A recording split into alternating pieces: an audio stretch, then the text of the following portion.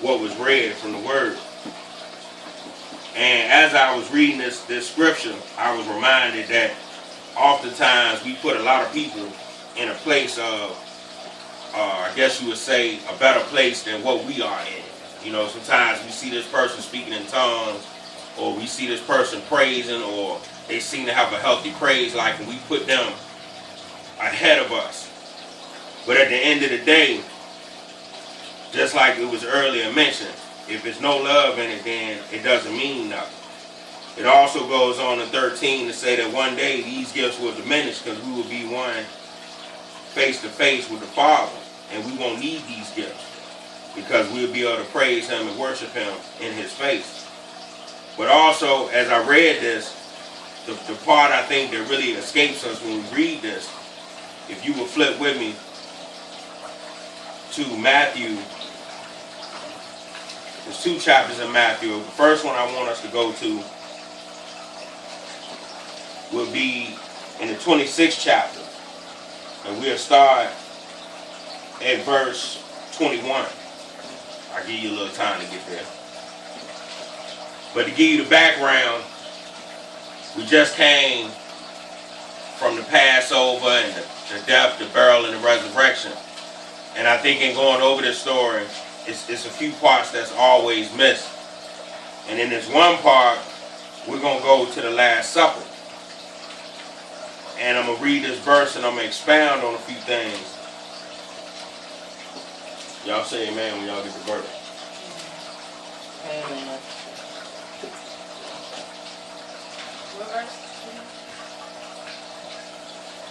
26th chapter, 21st verse. And as they did eat, he said, verily I say unto you, that one of you shall betray me. And they were exceedingly sorrowful, and began every one of them to say unto him, Lord, is it I? And he answered and said, he that dipped his hand with me in the dish, the same shall betray me. The Son of Man goeth as it is written of him.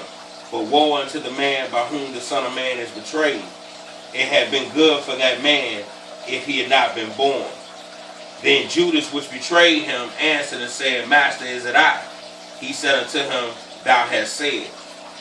Now, the reason why we are brought to this verse is because, to go back a little further, at this time, all of the 12 that were following Jesus at this time were doing the miracles, some of the same miracles that Jesus was doing. They were healing the sick.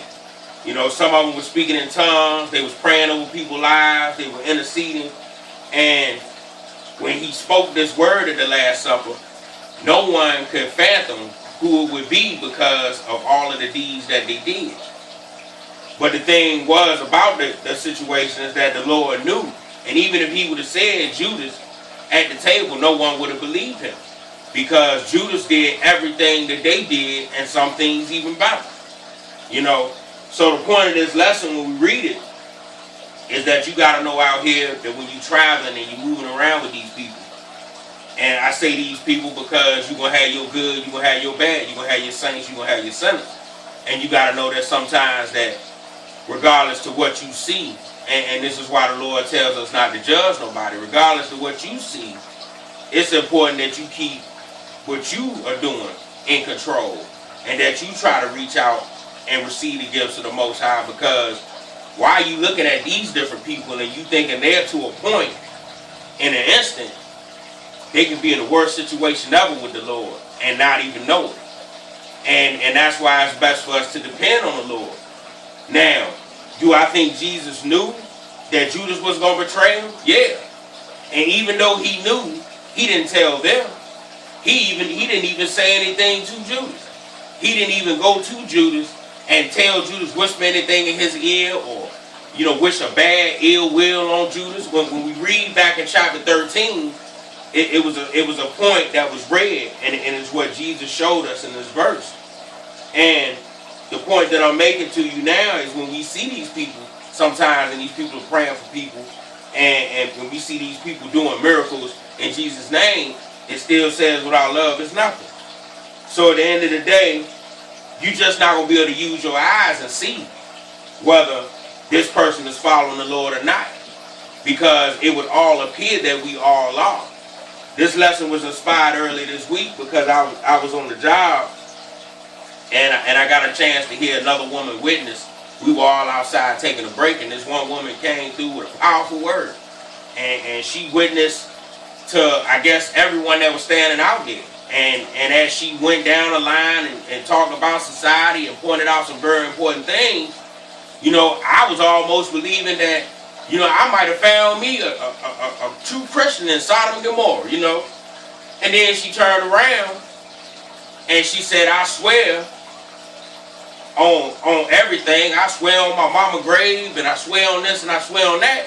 And as I heard this, I kind of was like, wow, because we was taught and we read in this Bible, you're not supposed to swear anything in the heaven or the earth. Now, as she went on to talk, then she cursed everybody out. Not personally cursed me out, but she cursed enough where I felt offended. So my question was all this week, what book are you reading from? Are we reading from the same book? But in trying to address the situation, because it kind of disturbed me in addressing the situation early this week and trying to use love in the situation, I wrote down the verses about not swearing on heaven and earth and the verse about cursing, and I went and dropped it at that lady's desk.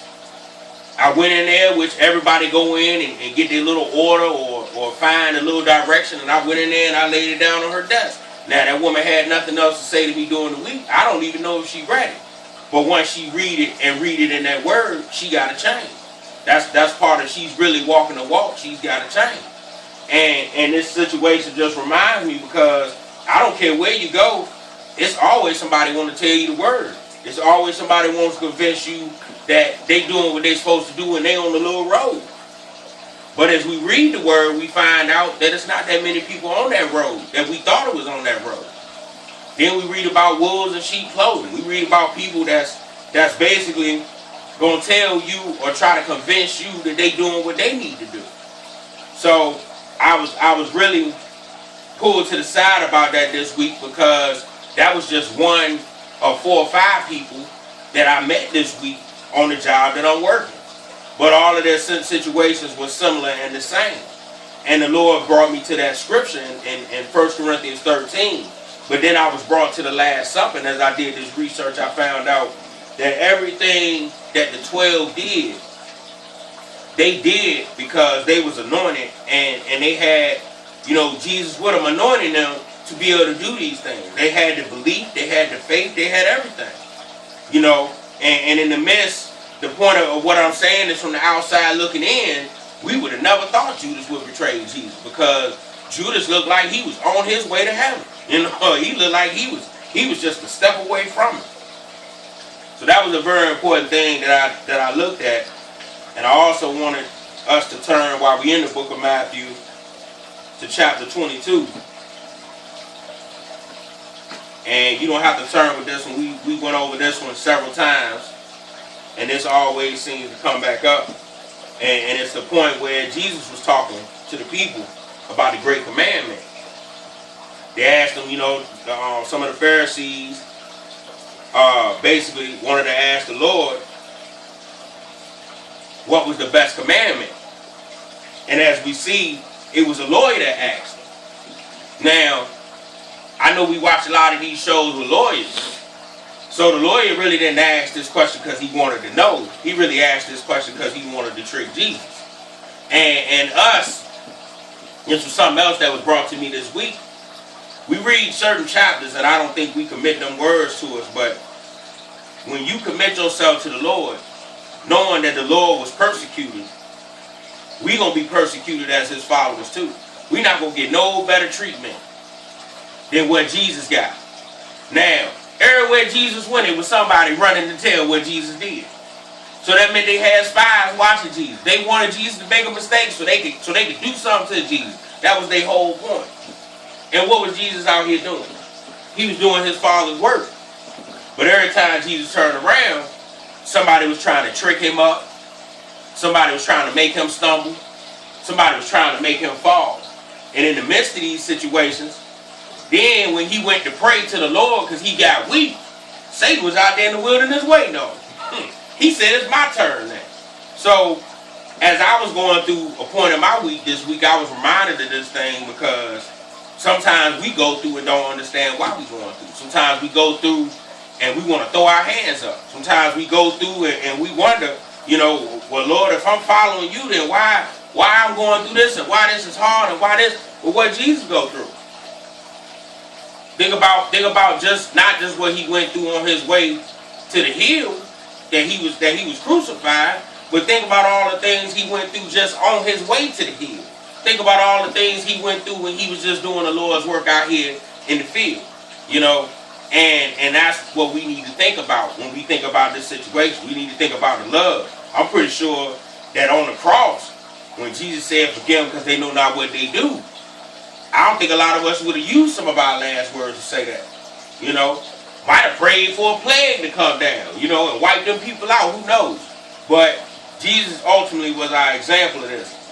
But I'm going to go into the scripture because it says, "But when the Pharisees," 34, "had heard that he had put the Sadducees to silence, they were gathered together. Then one of them, which was a lawyer, asked him a question, tempting him." Notice how I said tempting him. "And saying, Master, which is the great commandment in the law?" Even though he tried to tempt him, and this lawyer was probably pretty good at all his game, this is what Jesus said to him. "Thou shalt love the Lord with all thy heart, and with all thy soul, and with all thy mind. This is the first and great commandment. And the second is like unto it. Thou shalt love thy neighbor as thyself. On these two commandments hang all the law and the prophets." So basically what Jesus was saying to him is, this is everything. If you don't read nothing else in this book, that was a summary of this book. Love. Love is ultimately the biggest thing in the Bible. It's the part of the Bible that we're supposed to get. It's the part of the Bible that we're supposed to strive to reach. Now, Jesus said that to him because while he was tempting Jesus, see, he had an alternative motive. But what Jesus did was, Jesus went ahead and gave him everything he needed for his question, and he shut him up. He gave him some more.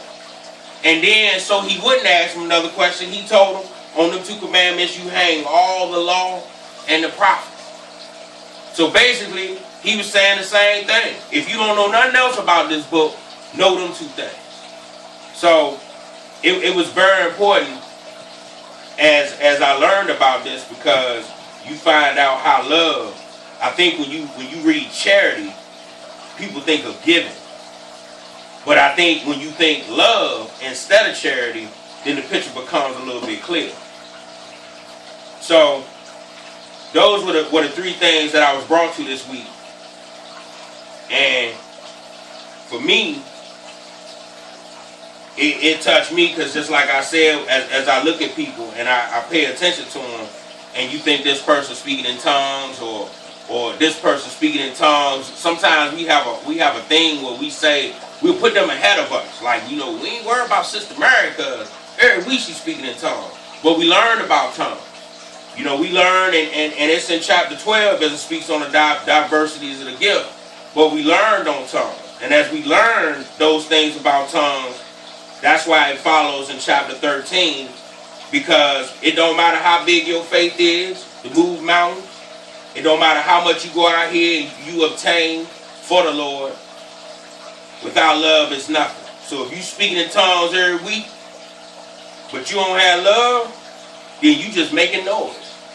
You just in the way. You just disturbing something from happening. And I think right now that we need to know this, not as just church people, but as a church body. We need to know this. People need to know that. At the same time, I don't care what diversity of gifts you got, whether it be prophecy, whether it be mysteries. The Lord can use anybody. And I'm pretty sure that anyone that has some type of spiritual faith has witnessed that. You have witnessed somebody on drugs say something to you that you know it was the Lord. Or they'd have used somebody that never really went to church to say something to you and it was the Lord. Because not every time that the Lord used somebody are they going to come at you and quote a verse. That's not what's gonna be said. And for most of us, we have to learn how to discern when it's the Lord and when it ain't Lord, when it ain't the Lord. Sometimes we get comfortable with certain people coming to us to tell us stuff. But I've heard many people say that that's when you might miss your blessing. That's when you might miss the Lord. You know, they say, hey, you know, don't turn away that hungry man, because that could have been the Lord. And a lot of times what we do, when we see people, we already have a set parameter of what we're going to say to these people to get these people out of our face. But our calling is bigger.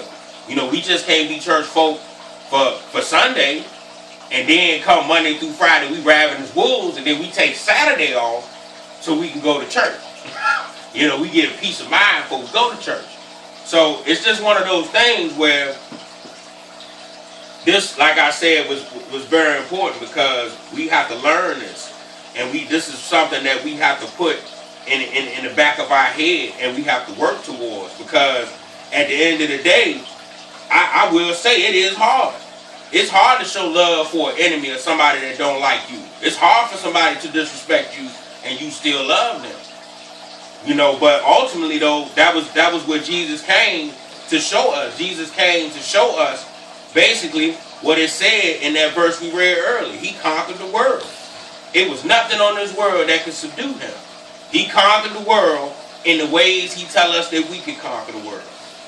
And I think that's very important. So I think when you think about love, if love is the most important thing in this book, then we got to hang our beliefs and our hope and our faith on those 2 commandments, because they the most important. When you think of those 10 commandments that was given, and we know because we've been taught that it was more than 10 commandments given. But I guess with all of the sin that was going on and the things that was happening, the Lord said, well, I'm just going to give them 10. And he gave us just 10. And it's a lot of people can't keep them 10. You know, and it's like for us, in love, we're not going to judge nobody else in love. So why so many of us got gavels in our hands? Why so many of us think we judges? Because that person might look at you and see that one thing that you doing. But ain't nobody commented or said nothing on the 7 things that they doing that they shouldn't be doing.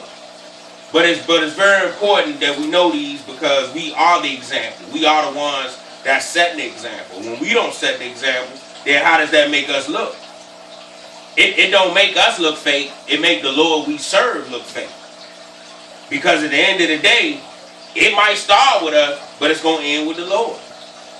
I've heard a lot of people say, if that's what the church about and that's what going on in the church, then I don't want to be a part of the church. Now, people very seldom look at what they doing, look at the lifestyles that they live, you know. But it's a simple fact. When we out here on the water having a good time at the beach, ain't nobody think about the Lord. But when that tidal wave come up, then everybody ready to pray. It's the same thing. People want to run around and do whatever they want to do. Then they get in a tight jam. They ready to pray and call on the Lord. So we are the example. And we are the ones that have to show love. We got to know what's very important. We got to learn how to get better. It's not hard. I mean, it's hard, but it's not hard for us to call on the Father, because through the Father, all of them things can be changed. So that's my lesson for today.